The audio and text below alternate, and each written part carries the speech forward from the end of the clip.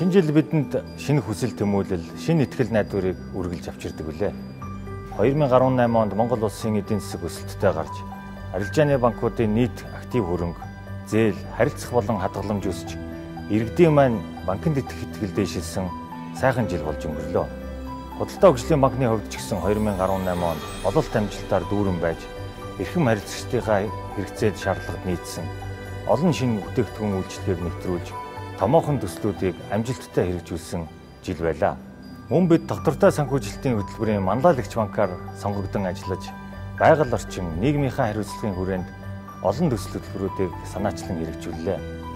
Жишээ нь банкныхаа 28 жилийн ой угтаж, Монгол улсынхаа хэмжээнд ерөнхий боловсролын 28 сургуульд бид номын санд тогтжуулж өгч, хойч ирээдүй болсон хүүхэд залуучуудынхаа эрдэм мэдлэгтэн хөв нэмрээ орууллаа.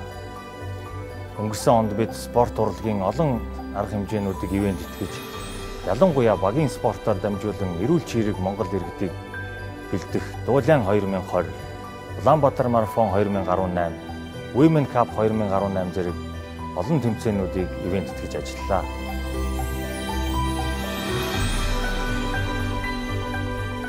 2019 онд бид та бүхэндээ олон дэвшилтэд шинэ бүтээгдэхүүн үйлчлэгээр бэлэг барьж, нийгмийн хариуцлагынхаа хүрээнд олон шинэ санаачлагуудыг хэрэгжүүлж ажиллах болно.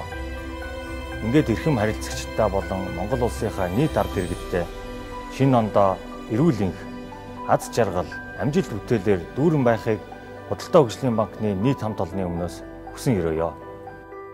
Харилцагч та бүхэндээ шинэ жилийн баярын мэнд хүргэе.